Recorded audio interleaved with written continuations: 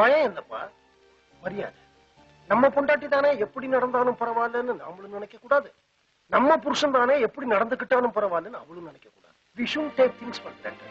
இப்போ ஒருத்தரை நீ எனக்கு அறிமுகப்படுத்துற, நான் என்ன சொல்றேன்? Hello sir, how are you?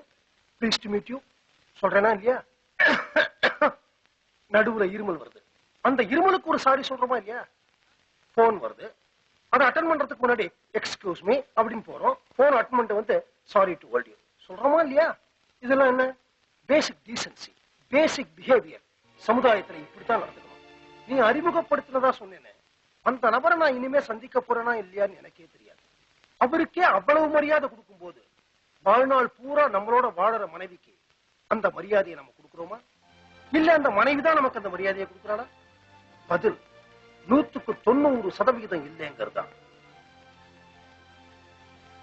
பொண்டாட்டி சமைச்சு போடுற சமையல சூப்பர் நல்லா இருக்கு அப்படின்னு புருஷனும் சொல்றது இல்ல. புருஷன் ஆபீஸ்ல இருந்து டயர்டா வீட்டுக்கு வரும்போது என்னங்க டயர்டா இருக்கீங்களே, நான் காலையில இருந்து உங்களை மிஸ் பண்ணிட்டேன் அப்படின்னு பொண்டாட்டியும் சொல்றது இல்ல. ஆனா சொல்லணும். அப்படி ஒருத்தருடைய உணர்வுகளை இன்னொருத்தர் புரிஞ்சு வாழ ஆரம்பிச்சிட்டா வீடே சொர்க்கமாயிடும். எனக்கு என் பொண்டாட்டி கிட்ட பயம் இல்ல, மரியாதை இருக்கு.